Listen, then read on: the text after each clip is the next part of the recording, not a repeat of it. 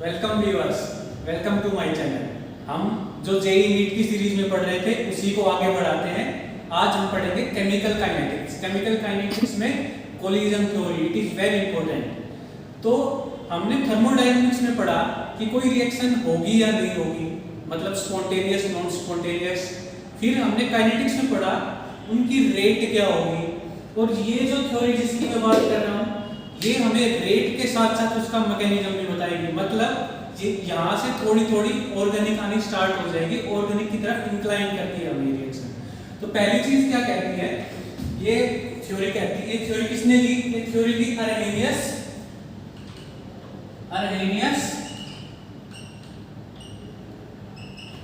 And Mondo.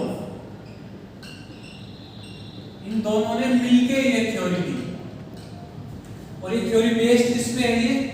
ये based है kinetic theory of gases, जो हमने गैसेज स्टेट में पढ़ा। उसका मैं आपका ब्रीफ इंट्रोडक्शन दे देता हूँ। उसमें जो मॉलिक्यूल्स थे उनको रिजिड स्फीयर माना था, और जो कोलिजन्स थे उनको इलास्टिक कोलिजन माना था। तो उन्हीं पोस्टुलेट्स का यूज करते हुए इस थ्योरी में हम आगे बढ़ेंगे। तो इट इज बेस्ड ऑन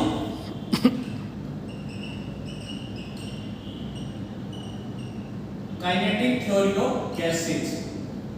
आइए हम शुरू करते हैं। तो पहली चीज ये थ्योरी बताती है, जब कोई भी दो रिएक्टेंट कोलाइड करेंगे तो प्रोडक्ट बनेगा। मतलब सबसे नेसेसरी कंडीशन क्या है? रिएक्टेंट्स का कोलाइड करना। तो पहला पॉइंट कहता है reactants will collide to make product. मतलब सबसे नेसेसरी कंडीशन है, अगर कंटेनर में मॉलिक्यूल्स पड़े हुए हैं, जब तक वो आपस में कोलिजन नहीं करेंगे तो प्रोडक्ट नहीं बनेगा। दूसरी चीज, क्या हर एक कोलिजन से प्रोडक्ट बनेगा? नहीं, ऐसा नहीं। ये थ्योरी ये नहीं बताती। ये थ्योरी बताती है not every collision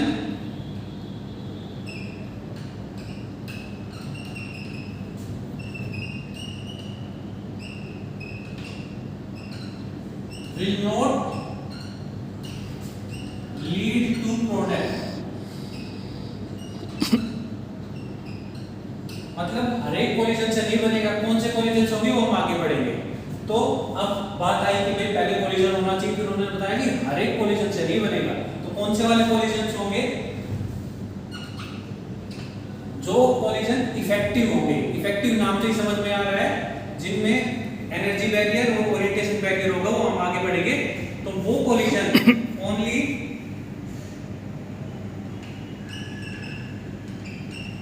effective collision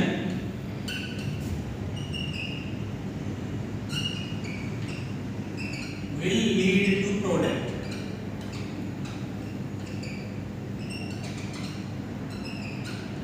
हमने 3 पॉइंट्स पढ़ लिए। कोलिजन होना चाहिए, हर एक कोलिजन से नहीं बनेगा, कोलिजन इफेक्टिव होना चाहिए। और इफेक्टिव की कंडीशन क्या? इफेक्टिव की कंडीशन वो जो दो क्राइटेरिया पे खरा उतरता है। पहली चीज वो एनर्जी बैरियर को क्रॉस करे, और दूसरा ओरिएंटेशन। तो दो बैरियर्स में हमने इसको डिवाइड कर दिया। पहला एनर्जी बैरियर,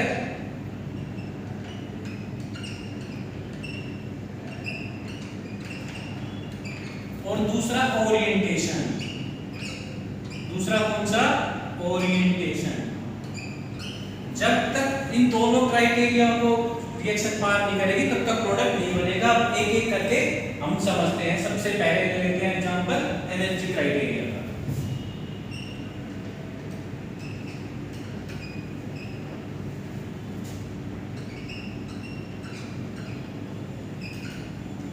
एनर्जी बैरियर समझने से पहले हम थोड़ा ग्राफिकली चलते हैं। हम पहले समझते हैं जो एंथैल्पी ऑफ रिएक्शन होती है वो होती है energy of product minus energy of reactant. इसमें अब दो केसेस बन सकते हैं। पहला, energy of product greater than energy of reactant, and second one, energy of product is less than energy of reactant. इसको बोलते हैं बेटा जी एंडोथर्मिक। इसको बोलते हैं एंडोथर्मिक, और इसको बोलते हैं एक्सोथर्मिक। अब इनके ग्राफ हमने पहले भी बनाए थे, एक बार फिर से बना लेते हैं। तो एंडोथर्मिक में क्या था? हमने reaction progress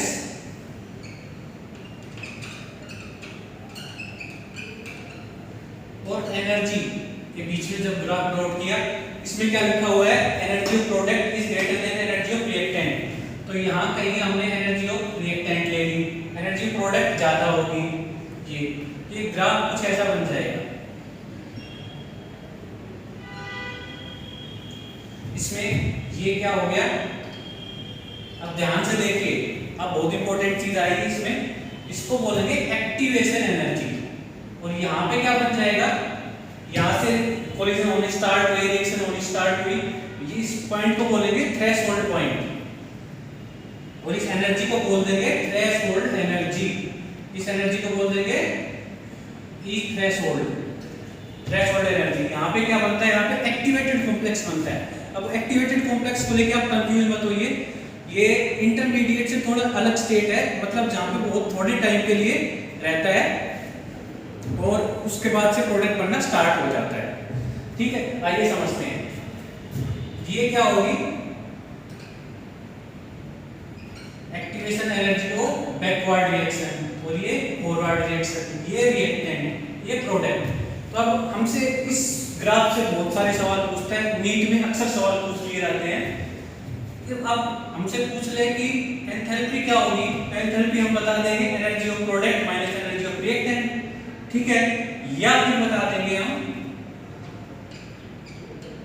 energy of forward reaction minus energy of backward reaction. एक और चीज हमारे पास आ गई, एक्टिवेशन एनर्जी आपको समझ में आ गई होगी। एक्टिवेशन एनर्जी को मैं फिर से डिफाइन कर देता हूं। एक्टिवेशन एनर्जी वो एनर्जी होती है जो ट्रांजिशन स्टेट में ले जाने के लिए एनर्जी चाहिए होती है, या जो वो एनर्जी जहां से थ्रेशोल्ड एनर्जी क्रॉस होती है उसको बोलते हैं एक्टिवेशन एनर्जी। इसकी डेफिनेशन लिखना चाहें तो डेफिनेशन में लिख सकते हैं। आइए, अब नीट में एक सवाल पूछा गया, या थ्रेशोल्ड के टर्म में थ्रेशोल्ड को कैसे कैसे लिख सकते हैं। तो ई थ्रेशोल्ड को मैं लिख सकता हूं, ई थ्रेशोल्ड क्या हो गया, ये टोटल को लिख सकता हूं एनर्जी ऑफ फॉरवर्ड रिएक्शन और एनर्जी ऑफ रिएक्टेंट। तो एनर्जी ऑफ रिएक्टेंट प्लस ये फॉरवर्ड ऐसे लिख सकता हूं। दूसरे टर्म में लिख सकता हूं energy of backward plus energy of product, और energy of product plus energy of backward reaction, दोनों ही टर्म लिख सकते हैं। और नीट में ये सवाल पूछा गया था, जेईई में हालांकि अब तक नहीं पूछा गया है, लेकिन पूछा जा सकता है, बेसिक चीज है। दूसरा ग्राफ में जल्दी से बता देता हूं, हम वीडियो को ज्यादा लंबी नहीं करेंगे। दूसरा होता है हमारे पास एक्सोथर्मिक, इसको क्या बोलेंगे, एंडोथर्मिक। एंडोथर्मिक मतलब क्या, जो हीट ले उसको बोलेंगे एंडोथर्मिक। एक्सोथर्मिक इसका उल्टा होगा। इसमें क्या होगा, हमने पहले भी पढ़ा था, एनर्जी ऑफ रिएक्टेंट ज्यादा होगी एनर्जी ऑफ प्रोडक्ट से। एनर्जी ऑफ रिएक्टेंट हमने कहीं यहां ले ली, एनर्जी ऑफ प्रोडक्ट यहां पे ले ली, ये रिएक्टेंट ये प्रोडक्ट, और कुछ ऐसा हमारा ग्राफ बन जाएगा। यहाँ पे एनर्जी, यहाँ पे रिएक्शन प्रोग्रेस।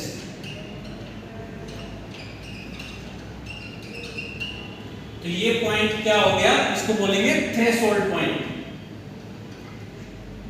ये हो गई activation energy of forward reaction, और ये हो गई activation energy of backward reaction. तो यहां तक हमें इतनी एनर्जी देनी पड़ेगी, टेंपरेचर बढ़ाएंगे, कैटालिस्ट डालेंगे, कुछ भी करेंगे, उसके बाद इतनी एनर्जी देनी होगी तो रिएक्टेंट से प्रोडक्ट में बन जाएगा। इसको समझने के लिए हम एक एग्जांपल लेते हैं अपनी डेली लाइफ से। जैसे रोलर कोस्टर होता है, तो रोलर कोस्टर के लिए हम एनर्जी लगाते हैं, ऊपर तक पहुंचाते हैं उसको, टॉप पे पहुंच गया वो, जैसे टॉप पे पहुंचता है आराम से नीचे स्लाइड कर जाता है, फिर कोई एनर्जी नहीं चाहिए। सेम उसी टर्म्स में हम इन दोनों ग्राफ्स के थ्रू इसको पढ़ सकते हैं। तो अब हम क्या कह सकते हैं, हम पहले पढ़ रहे थे reactants must collide to make product, दूसरा हमने पढ़ा कि हर एक कोलिजन से प्रोडक्ट नहीं बनेगा, तीसरा हमने पढ़ा कि दो बैरियर होंगे, उनको जब तक क्रॉस नहीं करेगा तब तक प्रोडक्ट नहीं बनेगा। तो reactant must poses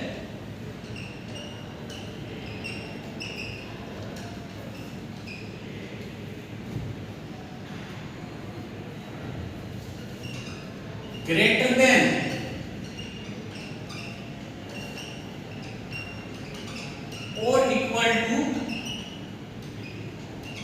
activation energy, having energy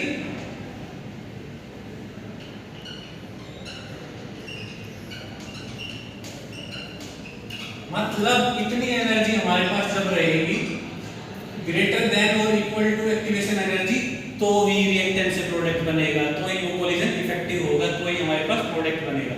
तो हमने यहाँ पे अपना 5वां पॉइंट भी पढ़ लिया है। अब लास्ट पॉइंट हमने पहले पढ़ लिया एनर्जी बैरियर, एनर्जी बैरियर अच्छे से समझ लिया, ग्राफ्स के थ्रू समझ लिया।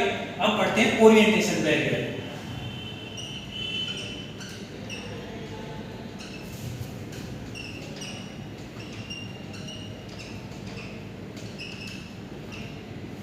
जैसा मैंने स्टार्टिंग में बताया था कि ये हमें रिएक्शन मैकेनिज्म की तरफ भी ले जाता है, तो एक एग्जांपल लेते हैं हम।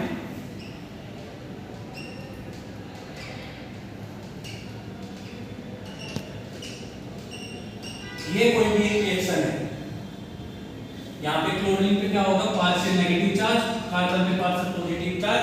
तो इसके पास ये कैसे रिएक्शन होगी, तो इसके पास दो पाथ हैं, एक तो ये यहाँ से अटैक करेगा और दूसरा ये नीचे से करेगा, बैकवर्ड अटैक जिसको बोल सकते हैं, या OH को यहाँ पे ले आए, यहाँ से यहाँ अटैक करे। तो आपके हिसाब से कौन सा पाथ फेवरेबल है?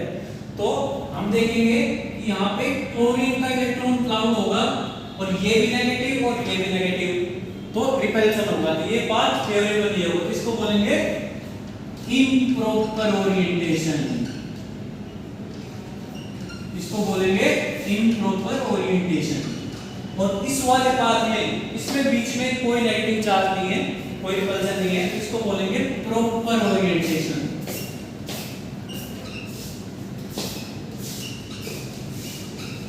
तो मुझे लगता है आपको समझ में आ गया होगा, लास्ट पॉइंट यही है कि ओरिएंटेशन है वो प्रॉपर होना चाहिए।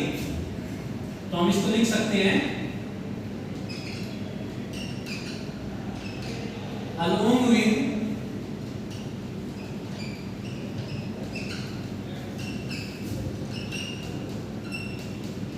मिनिमम एनर्जी, जो कि एनर्जी बैरियर था,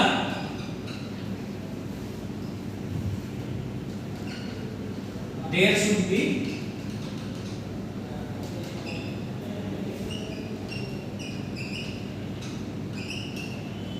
proper orientation।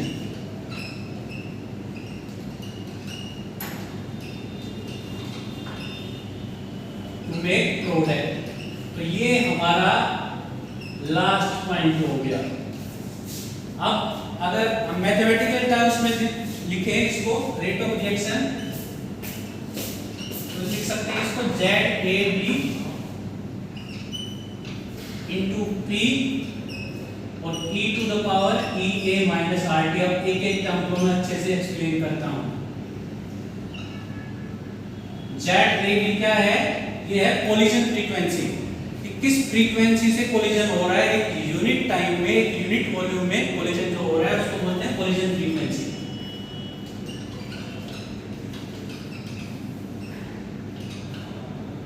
P क्या है? P को बोलेंगे बेटा जी ओरिएंटेशन फैक्टर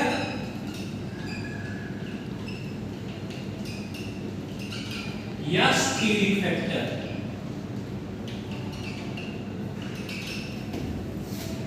ओरिएंटेशन फैक्टर और स्टीरिक फैक्टर, और ये सबसे इंपॉर्टेंट है एक पॉइंट, ये आपको कोई टीचर नहीं बताएगा, मैं आपको बता दूं, जो P की वैल्यू होती है वो जनरली 0 to 1 होती है, लेकिन कभी कभी किसी केसेस में ये 4 तक भी चली जाती है। इसकी वैल्यू कहां तक चली जाती है? 4 तक चली जाती है।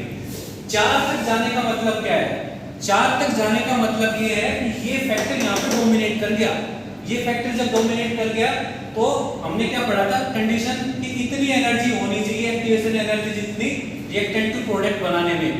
लेकिन अगर P की वैल्यू ग्रेटर देन 1 हो गई तो ये कहता है कुछ विशेष रिएक्शंस में ये जरूरी नहीं है कि एक्टिवेशन एनर्जी जितनी एनर्जी हो, ओरिएंटेशन बैरियर के बल पे ही रिएक्शन हो जाएगी, जैसा कि KCl KBr में रिएक्शन होती है।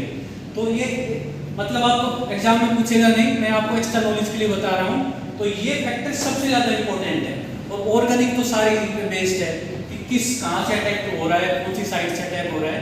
तो मुझे लगता है आपको ये चीज समझ में अच्छे से आ गई होगी। अगर एनर्जी बैरियर के टर्म मैथमेटिकल टर्म्स को लिखे तो इसको लिख सकते हैं rate is directly proportional to ZAB हमने अभी पढ़ा into e to the power EA by RT। कभी कभी इनका मतलब पूछ लेते हैं, नीट में पूछा हुआ है ये, तो इसको बोलते हैं बर्थ लोड फैक्टर। क्या बोलते हैं? Birth load factor. और ये क्या होता है? ये होता है fraction of molecules colliding. Suppose एक एग्जांपल के थ्रू समझते हैं, फिर हम वीडियो को वाइंड अप करते हैं। ये कोई कंटेनर है, इसमें 100 मॉलिक्यूल्स हैं, 100 कोलिजन्स हो रहे हैं और इसका EA by RT है 20%। तो इसका मतलब क्या कि out of 100 collisions only 20 collisions are effective. सिर्फ 20 कोलिजन्स ऐसे हैं जो रिएक्टेंट से प्रोडक्ट में बना रहे हैं। तो यहाँ पे सिर्फ 20 ही ऐसे होंगे तो बना रहे होंगे। अगर हम इसको बढ़ा के 100 की जगह कर दे सपोज 400, तो 20 की जगह कितने हो जाएंगे? 80। तो ये सिग्निफिकेंस होता है EA by RT का। इसको बर्थ लोड फैक्टर्स भी बोलते हैं। और इससे हमें रेट पता चल गया ZAB into P EA by RT। ये तीनों चीज, पहला कोलिजन फ्रीक्वेंसी। कोलिजन फ्रीक्वेंसी किस पे डिपेंड करेगा? टेंपरेचर पे डिपेंड करेगा, डेंसिटी पे डिपेंड करेगा। P ओरिएंटेशन फैक्टर सिर्फ ओरिएंटेशन पे डिपेंड करेगा। और ये तो परसेंटेज है। परसेंटेज का मतलब क्या? जैसे 10%, 20%। तो ये तक मैथमेटिकल टर्म होगी। तो आई होप कि आपको कोलिजन थ्योरी समझ में आई होगी। इससे रिलेटेड कोई भी आपको डाउट हो तो आप कमेंट कर सकते हैं। और अगली किसी वीडियो में हम फिर से मिलते हैं। तब तक के लिए बाय बाय।